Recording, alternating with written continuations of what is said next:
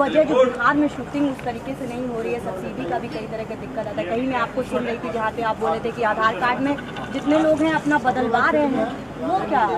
हाँ, वो एक्चुअली ये होता क्या है कि जिस हिसाब से एक बात आपसे बोलना चाहता हूँ, माननीय हमारे मुख्यमंत्री योगी आदित्यनाथ बाबा गरीब इस बात को सुनेंगे तो प्लीज आप सिर्फ सब्सिडी मिल जाने से हमारे भोजपुरी का विकास नहीं होगा। मैं चाहता हूँ कि हम सामान हम बना रहे हैं, लेकिन बेचने के लिए मॉल चाहिए, थिएटर चाहिए।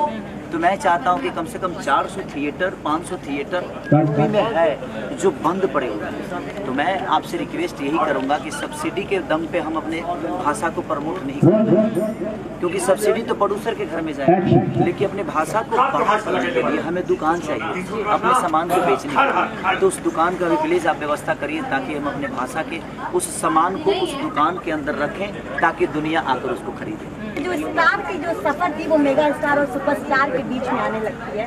इन गानों के बीच फिर एक दौर ये भी आया कि 3 दिन आपको तिहाड़ में रहना पड़ा। सानिया मिर्जा वाली कहानी मैं चाहती हूँ दर्शकों को बताएं। देखिए, वो पिता हुआ कल है, जेल कोई अच्छी चीज़ तो है नहीं, और जेल जाना तो हमारे पूर्वज भी गए। कौन सा गाना था अगर भगवान भी जेल में पैदा हुए? कौन सा गाना गाया था? नथिया वाली सानिया दुल्हा तो वो किसी फैन का कुछ केस था, ठीक है, सबका अपना होता है। मेरे भी फैन पागल हो जाते हैं, कभी कभी खेसारी पे पत्थर चल जाता है तो बिहार बंद हो जाता है। तो वो उनकी दीवानगी है। अगर कोई किसी के लिए दीवाना है तो आप उसको रोक नहीं सकते, बेटा बंद करो, पंखा थोड़ा छोड़ देना, बाजार नहीं कर सकते। सबके अपने, आपको आपके भी चाहने वाले हजारों करोड़ों में लाखों में होंगे, मेरे भी चाहने वाले हैं। तो ये उनका अस्तित्व है कि बेचारे क्या सोचते हैं, और उनकी चाहत को हम रोक नहीं सकते। आपके चाहने वाले मुझे भी गाली देंगे तो बुरे कैसे हैं? वो जिसको प्यार करते हैं उसको करते हैं ना भाई। वो संगीत को प्यार कर रहे हैं, वो भोजपुरी भाषा के उस बेटे को कर रहे हैं, चाहे वो मैं हूँ चाहे कोई और है, लेकिन भोजपुरी भाषा का विकास तो है ना। तो ये बहुत ज़रूरी है कि हमारा प्यार अपने भाषा के बच्चों के लिए, अपने भाषा के कलाकारों के लिए, ये मायने नहीं रखता कि हमारे भाषा के लोग क्या। और मैं सबसे यही सलाह दूँगा कि आपको अगर अपनी भाषा को बड़ा करना है तो अपने भाषा के सारे कलाकारों को प्यार दीजिए, उनका निंदा मत करिए। करना है तो उनके मुंह पे आके करिए, ऐसा नहीं कि सोशल साइट पे आप अपने भोजपुरी की भाषा को अश्लील बता दीजिए। अगर आप एक बोलोगे तो बाहर के लोग उसको बुरा बोलते हैं कि हाँ भोजपुरी अश्लील से शुरू होती है। तो हमें विचारधारा उस पर रखना है कि जो अच्छी चीज़ आती है उसको प्रमोट करना है, जो अश्लील आती है उस पर बात ही नहीं करना। अगर हम बात नहीं करेंगे तो 10 लोग उसको नहीं सुनेंगे। इसीलिए बेहतर यही कि हम अपने भाषा की गरिमा को बढ़ा करें, ये नहीं कि हम उसकी निंदा करें। बिहार का आपने जिक्र किया है तो एक सवाल मुझे कर सकता है, इस तरीके से कैसी चीज़ों को हमें जब इतना बड़ा चैलेंज? नहीं, देखिए, कहने के लिए तो कुछ भी कहा जा सकता है कि दुनिया मुझे क्या बोलती है, लेकिन मैं अगर उनकी बातों को सुनूं तो मुझे लगता है कि मैं काम नहीं करता।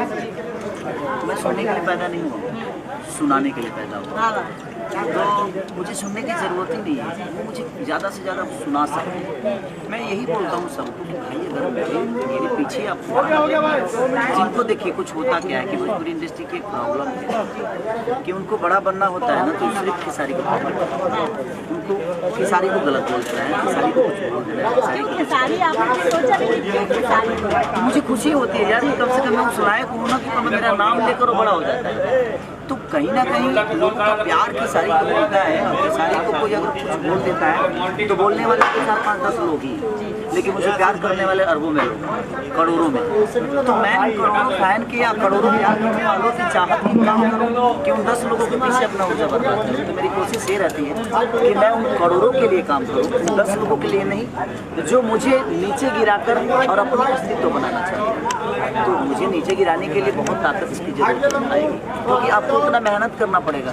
आप मेहनत करके मुझे पीछे कर दो, किसी के 2 गाली दे देने से मैं पीछे थोड़ी होता है, क्योंकि लोगों को एंटरटेन चाहिए, लोगों को काम चाहिए, लोगों को सिनेमा चाहिए, लोगों को भोजपुरी के लिए कौन बेहतर काम कर रहा है उसके विषय पे बात करना है। लेकिन उनको लगता है कि नहीं 2-4 बात अभद्र बोल देंगे या हम खेसारी को नीचा दिखा देंगे अपनी जुबान से, तो उससे मैं नीचा थोड़ी होने वाला हूँ। वो अगर 5 बात अगर मेरे लिए नीचा करते हैं तो मुझे लगता है कि 15 काम तो मेरा चढ़ जाता है उनको, तो कहाँ दाबोगे। तो मेरा कहना है कि हर आदमी को आगे आने के लिए मेहनत करने की ज़रूरत है, और मेहनत करके जो आता है वो टिकता है, और जो मेहनत नहीं करता है उसके लिए हर वो चीज़ें अधूरी हो जाती है। किशारी जी, आप स्टार तो हमेशा से पिक्चर आ रही है, किसी का अनाउंसमेंट आ रहा है, अगर किसी के व्यूज जो है वो करोड़ों में जा रहे हैं तो वो सिर्फ एक नाम है, वो खेसारी लाल यादव। इसके साथ प्रतिद्वंदी भी बहुत आते हैं, उनको कैसे हैंडल प्रतिबंधी नहीं है जी, हम मान लेते हैं इसलिए प्रतिबंधी है, वो हमारी ताकत है, हम नहीं रहेंगे तो मैं कमजोर हो जाऊंगा। मेरे कहने का मतलब है कि सही हूँ या क्या हूँ, मैं इंसान हूँ, तो मेरा प्रतिद्वंदी मेरे सामने नहीं रहेगा तो मैं तो कमजोर हो जाऊंगा ना, मैं लड़ूंगा किससे। आप चाहते हैं कंपटीशन रहे? बिल्कुल मैं चाहता हूँ, और मेरी कंपटीशन किसी से है भी नहीं, मैं खुद से लड़ता हूँ। मुझे लड़ने के लिए कोई आदमी नहीं चाहिए, मैं खुद से लड़ता हूँ। मैं अपने जीवन में मैं दुनिया से प्यार करता हूँ, खुद से नहीं। मैं अपने आप को जलाता हूँ ताकि मैं हर हथियार का रूप ले सकूं। और कोशिश हमारी, और जहाँ तक अक्षय कुमार जी की बात है, तो अक्षय कुमार जी सिंगर तो है नहीं, वो तो सिर्फ एक्टर है। मुझे सिर्फ एक्टिंग करना होता है, तो मैं उनसे ज़्यादा रख रहे हैं। अगर सिर्फ एक्टिंग करना होना तो मुझे लगता है कि मैं बॉलीवुड में ना रहूँ, मैं हॉलीवुड में चला जाऊँ। क्योंकि नहीं, मैं एक मेरे जीवन जो है संगीत से है, और एक सिंगर एज ए सिंगर मैं पहले स्टेब्लिश हूँ, तो मुझे लगता है कि मैं इसके बिना मर जाऊँगा। जितना भगवान मुझे दे रहा है और लोगों का जितना प्यार मिल रहा है, ये बहुत है। इसी को हमें बचा के रखना है, और अपनी भाषा के लिए,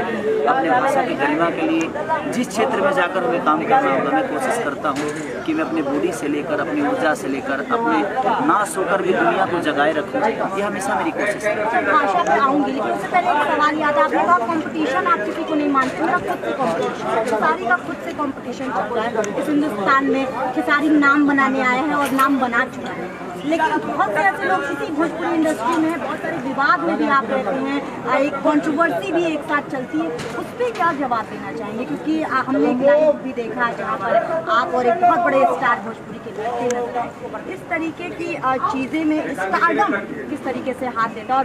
और मैं कहूँगी कि भोजपुरी या हिंदुस्तान बढ़ गया, आधे से ज़्यादा लोग जो आपके साथ खड़े थे बोल रहे थे पीछे भागते हैं सिर्फ इनकी झलक जानने के लिए, और झलक ऐसी कि हिंदुस्तान में अगर कोई भोजपुरी का नाम लेता है तो उस लड़के का नाम आता है। बात कर रही हूँ खेसारी लाल यादव की।